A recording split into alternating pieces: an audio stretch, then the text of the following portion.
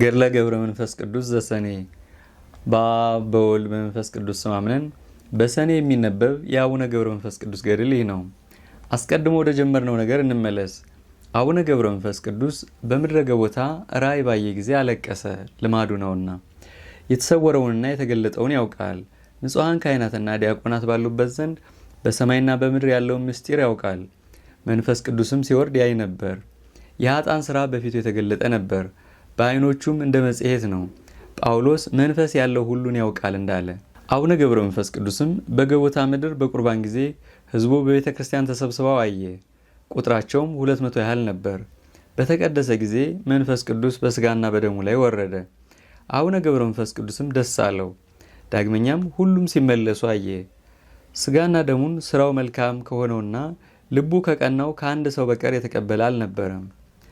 መልአኩን መንፈስ ቅዱስን ያልተቀበሉ የእነዚህ ሰዎች ኃጢአታቸው ምንድን ነው አለው። መልአኩም መልሶ አቡነ ገብረ መንፈስ ቅዱስን ተመልከት አለው። በእግዚአብሔር ፊት ኃጢአታቸው ብዙ ነውና።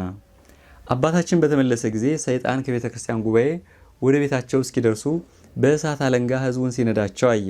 ሰይጣኑ ግን ለእርሱ ስለሆኑለት ደስ ይለው ነበር። ሁሉም ጠፉ። ወደ ንስሐ ከሄዱ ሰዎች በቀር ከእነርሱ ወገን አንዱ እንኳ አልቀረም። ሰይጣን ግን በጎዳና ወርቅ እንዳገኙ ነዳያን ደስ አለው። በዚህ ዓለም በሕይወት ሳሉ ንስሐ ያልገቡ ኃጥአን በእውነት የወደቁ ናቸው። ለሰይጣንም ጭፍራ ሆኑት። አቡነ ገብረ መንፈስ ቅዱስ ይህን ባየ ጊዜ ፈጽሞ አዘነ። ጌታዬ ፈጣሪ ሆይ ወገኖችህን አገልጋዮችህን ማረከ አለ። ሥጋህን ከበላ ከአንድ ሰው በቀር ከ200 ሰዎች የቀረ የለም። ዳዊት በመዝሙሩ ሕዝብህን ያለ ዋጋ ሰጠህ ብሏልና። አቡነ ገብረ መንፈስ ቅዱስም አልቅሶ ሐዋርያት እንዳደረጉት ምህላ ያደርግ ዘንድ ሄደ። ከውሃው ደሴትን በደረሰ ጊዜ አስቀድመን እንደተናገርን መላልሶ ጸለየ። ጌታችን ተገልጾ ባለሟሉን እንዲህ አለው፣ በአንዲት ቀን እልፍ እልፍ እሰጥሃለሁ። በተወለድኩባት፣ በተጠመቅኩባት፣ በተነሳሁባት ቀን እምርልሃለሁ። እነሆ ይህን ቃል ኪዳን ሰጠሁ አለው። ሰይጣን ሰምቶ ይህ ነዳይ ከተወለደ ጀምሮ ጎስቋላ ሆንኩ እያለ መራራ ልቅሶን አለቀሰ። ገና ሳይወለድ በጥበቤ ወደ ደይን የወሰድኳቸው ምርኮዬን በጾም በጸሎት ማርኮ የወሰደብኝ ይህ ነዳይ ከሌለበት ወዴት እሄዳለሁ እያለ ሊሞት ወደደ። ሰማያውያን ሰምተው ደስ አላቸው፣ ሳቁበት። በደይን ውስጥ ያሉትን ነፍሳት በጾምና በጸሎት በብዙ ድካም አወጣ። በእያንዳንዲቱ ቀንም ስግደቱ 4000 እልፍ ከ4000 ነው። የዳዊትን የነቢያትን የሰለሞንን መኃልየ ውዳሴ ማርያምን እልፍ ጊዜ ያመሰግን ነበር። ቀኝ ፊቱን በድንጋይ ይመታ ነበር፣ ግራውንም እልፍ ጊዜ ይመታ ነበር። በአንድ ቀን ይህን ሁሉ እያደረገ በሥራው ሁሉ ለኃጥአን ነፍስ መድኃኒት ሆነ። የብርያል ኃይሉ ደከመ፣ መርዙ ጠፋ።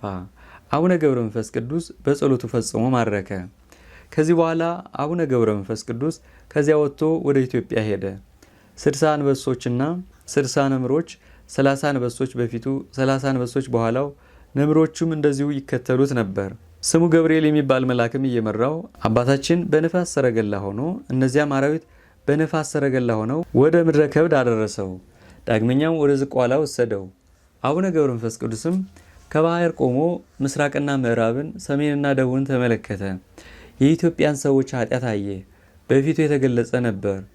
ከባህር ላይ በራሱ ተተከለ።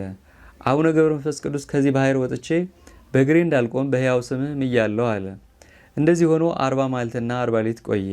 ከሰማይ መታሰቢያህን ያደረገ ስምህን የጠራ እምርልሃለሁ የሚል ቃል መጣ። አቡነ ገብረ መንፈስ ቅዱስም ጌታውን የኢትዮጵያን ሰዎች ሁሉ ካልማርካቸው ከዚህ ባህር አልወጣም አለው። እስከ 100 ዓመት እንደዚህ ሆኖ ኖረ። ሥጋው ሁሉ አለቀ፣ ደሙም ከባህር ፈሰሰ፣ ውሃውም ደም መሰለ፣ አጥንቱ ሁሉ እንደ በረዶ ነጭ ሆነ። በአንድ ቀን 500 አጋንንት ከምስራቅና ከምዕራብ ከሰሜንና ከደቡብ ወደ እርሱ እየመጡ እስከ 100 ዓመት ዕለት ዕለት በጦር ይነድፉት ነበር፣ በተሳለ ድንጋይ ይፈጩት ነበር። ከቀዳሜ ሰማዕት ጀምሮ እስከ ሊቀ ጳጳስ ጴጥሮስ እንደርሱ ያለ ሰው የለም። አንድ ቀን የተቀበለው መከራ ስለ ክርስቶስ የሞቱ የሰማዕታት ሁሉ መከራ አይመጥነውም። ከዚህ በኋላ ጌታችን መጥቶ ከባህር ዳር ቆመ። አቡነ ገብረ መንፈስ ቅዱስን ኢትዮጵያን ምሬልሃለሁና ተነስ ውጣ አለው። አጥንቱ ሁሉ እንደ መርፌ ቀዳዳ ሆኖ ተገኘ። ዳሱ አዳነው። እንደ መጀመሪያው አድርጎ ወደ ምድረ ከብድ ላከው። ከዚህ በኋላ ወደ ሰማይ ወጥቶ ከሰማይ በታች 7 ዓመት ኖረ። ከፀሐይ ላይ ወደ ምድረ ከብድ ከተላከ በኋላ እንደ ምሰሶ 7 ወር ቆመ። ሰማይን አይቶ ቅንድቦቹን አልሸፈነም። እጆቹን ወደ ሰማይ ዘርግቶ ራሱን ዘንበል አድርጎ ነው እንጂ። ከዚህ በኋላ ሰይጣን ቁራ መስሎ መጣ። ዓይኖቹን ወደ ሰማይ አንጋጦ አገኘው። ሁለቱን ዓይኖቹን አነቆረ። ከዚህም በኋላ እስከ 7 ሳምንት በጸሎት ሰነበተ፣ አልተቋረጠበትም። ከዚህ በኋላ የመላእክት አለቆች የሚሆኑ ሚካኤልና ገብርኤል ከፊቱ ቆሙ። አንድ ሆነው ከዓይኖቹ እፍ አሉበት፣ ዓይኖቹም አዩ። ብርሃናቸው ከመጀመሪያው ይልቅ 7 እጅ ይበራ ነበር። አቡነ ገብረ መንፈስ ቅዱስን ጠላቶችን ትገድላቸው ዘንድ ወደ ዝቋላ ሂድ፣ ከሰማይ ታላቅ ኃይል ይሰጣልና አሉት። ከዚህ በኋላ ሁለቱም ወደ ሰማይ ወጡ። አቡነ ገብረ መንፈስ ቅዱስም ተነስቶ ወደ ዝቋላ ሄደ። 3 የደከሙ ሰዎች ከጥላ ስር ተቀምጠው በመንገድ አገኘ። ያረፉበት ያበራ ነበር። አቡነ ገብረ መንፈስ ቅዱስ አይቶ በሕሊናው እሰወራቸዋለሁ አለ። እነርሱም አትተወን እያሉ ፈጥነው ጮኹ። ስለ እግዚአብሔር ፍቅር ብለ በጀርባህ ጥቂት 1 ምዕራፍ ተሸከመን አሉት። በመጣ ጊዜ ሽበት የከበባቸው የደከሙ ሽማግሌዎች ሆነው አገኛቸው። ከዚህ በኋላ ወደ አንደኛው ቀርቦ በጀርባው አዘለው፣ ከ1 ምዕራፍም አደረሰው። ያም ሽማግሌ እንዲህ አለው፣ ከዚህ አሳርፈኝ፣ አንተ ደክመሃል፣ የማትበላ የማትጠጣ ነህና። አባታችንም ሽማግሌ ሆይ ወዴት ታውቀኛለህ አለው። ሽማግሌውም ሂድና ጓደኞችን አምጣልኝ አለው። ወደ ሁለቱ ተመልሶ ከሁለቱ አንዱን ወሰደው። ከሽማግሌው አድርሶት ተመለሰ። አንዱንም ወስዶ ከሁለቱ ሽማግሌዎች አደረሰው። ከወዴት መጣችሁ አላቸው። የሽታችሁ መዓዛ ደስ ያሰኛል፣ ልብን ይመስጣል አላቸው።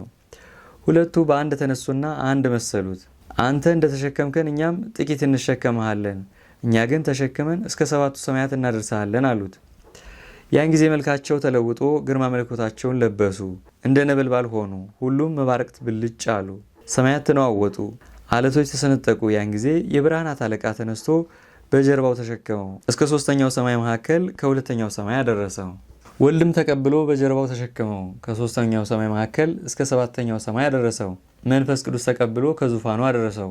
ከአንዱ ዙፋን አንድ ባሕሪ 3 አካል ታየው። ጌታችን አቅፎ ሳመው፣ አብና መንፈስ ቅዱስም አቅፈው ሳሙት። አንድ ዙፋን አሳዩት፣ ይኸውም ከነቢያትና ከጻድቃን 3 እጥፍ ይበልጣል። ጌታም ሰማይና ምድርን ፀሐይና ጨረቃን ከዋክብትም ቢሆኑ ከገድልህ መጠን ጥቂት እንኳን አይተካከሉም አለው። አሁንም 60 ዓመት አጥንትህን የነደፉ አጋንንትን ታሰጥማቸው ዘንድ ወደ ዝቋላ ሂድ አለው። በባሕር ላይ አለ ይሉሃልና እኔ እንደወሰድኩ ሳያውቁ ይኖራሉ። 7ቱ ሊቃናት ከሰዓት መባረቅት ጋር ይከተሉ፣ በመብረቅ ጀርባ ብረር ብለውት 3ቱ አካል እርሱን ሸኝተው ወደ ዙፋናቸው ተመለሱ። አቡነ ገብረ መንፈስ ቅዱስም ወርዶ አጋንንትን አስደነገጣቸው፣ መባረቅት ሰነጣጠቋቸው። ሊቃናት ከበው በእሳት ሰይፍ ቆራረጧቸው፣ በመብረቅ አነደዷቸው፣ እንደ አመድ ሆኑ፣ በነፋስ በተኗቸው። የእነዚህ አጋንንት ቁጥራቸውም 300,000 ነው። ሁሉም በአንድ ቀን አለቁ፣ አንዱ እንኳ አልቀረም። ከዚህ በኋላ መባረቅት ከሊቃናት ጋር ወጡ። አባታችንም አንበሶችና ነምሮች ወዳሉበት ወደ ምድረ ከብድ ሄደ። ከዚህ በኋላ መንፈስ ቅዱስ ስቧቸው በአንድ ቀን 3ቱ ቅዱሳን መጡ። አንዱ አባ ሳሙኤል ዘዋልድባ፣ አንዱ አባ አንበስ ዘሐዘሎ፣ አንዱ አባ ብንያም ዘበጌ ምድር ናቸው። አንበሶቻቸውን ይዘው እያንዳንዱ በአንበሶቻቸው ሆነው ወደ ምድረ ከብድ መጡ። አቡነ ገብረ መንፈስ ቅዱስ ስለተሰወራቸው እስከ 7 ቀን በምህላ ሰነበቱ። የሚያስፈሩ አንበሶች ወጥተው 3ቱ ቅዱሳን ወዳሉበት መጡ። አንበሶቻቸውንም ይዘው በፍጥነት ስጋቸውን በልተው ደማቸውን ጠጥተው አንበሶቹ ተሰወሩ። ቅዱሳኑም ፈጽመው አዘኑ። ለአቡነ ገብረ መንፈስ ቅዱስ ሐዘናቸው ተገልጦለት ተነስቶ በፍጹም ኃይል ወደ እነርሱ መጣ። ከእግዚአብሔር የተሰጡትን 60 አንበሶችና 60 ነምሮችን አስከትሎ መጣ። መላእክትም የብርሃን ድንኳን ይዘው ይከተሉት ነበር። እርሱ አባታችንም መላ አካሉ በጸጉር የተሸፈነ ነበር። የራስ ጸጉሩም እንደ ዳስ ሆኖት ነበር። በምድር ላይ ይጎተት ነበር። የጽሕሙ ጸጉርም በደረቱ ላይ የተንዠረገገ ነው። እንደ አጽፍ ይለብሰው ነበር። በታላቅ ኃይል ወደ እነርሱ መጣ። የእግዚአብሔር ወገኖች ቸር አላችሁን አላቸው። ቅዱሳኑም ግርማውን ባዩ ጊዜ ደነገጡ። አንበሶችና ነብሮችም በፊቱ ያጉረመርሙ ነበር፣ እንደ ፈረስ ምድሩን ይቆፍሩ ነበር። አቡነ ገብረ መንፈስ ቅዱስም እነዚያን ቅዱሳን በምን ምክንያት ብቻዬን ካለሁበት ወደ እኔ መጣችሁ አላቸው። እነዚያ ቅዱሳንም ጸሎትህን ባወቀን ጊዜ መጣን አሉት። በዘመኑ ሁሉ አንተ የባሕታውያን አለቃ ነህና፣ ስለዚህ የእግዚአብሔርን ሥራ ተነግረን ዘንድ ወደ አንተ መጣን። መተንም አንተን ባጣን ጊዜ እስከ 7 ቀን አዝነን ምህላ ስናደርግ በዚያች ቀን አንበሶች መጡ። አንበሶቻችንን ይዘው ገደሏቸው፣ በልተው ደማቸውን በፍጥነት ላሱ። አቡነ ገብረ መንፈስ ቅዱስም አንበሶች እንዲህ አላቸው፣ እስከማርፍበት ቀን ድረስ ከረገጥኩት ከእግሬ ትቢያ በቀር እግዚአብሔር ያላዘዛችሁን ለምን በላችሁ? በሉ የበላችሁትን ትፉ አላቸው። አፋቸውን ከፍተው የበሉትን ሁሉ ስጋቸውና አጥንታቸውን ተፉ። በሆዳቸው ውስጥ አልቀረም። በአንድ ጊዜ ፈጥነው ተፉ። አባታችን ወደ ምስራቅ ተመለሰ። አልዓዛርን ከሙታን ያስነሳኸው ሙታንንም አስነሳቸው እያለ እግዚአብሔርን አመሰገነው።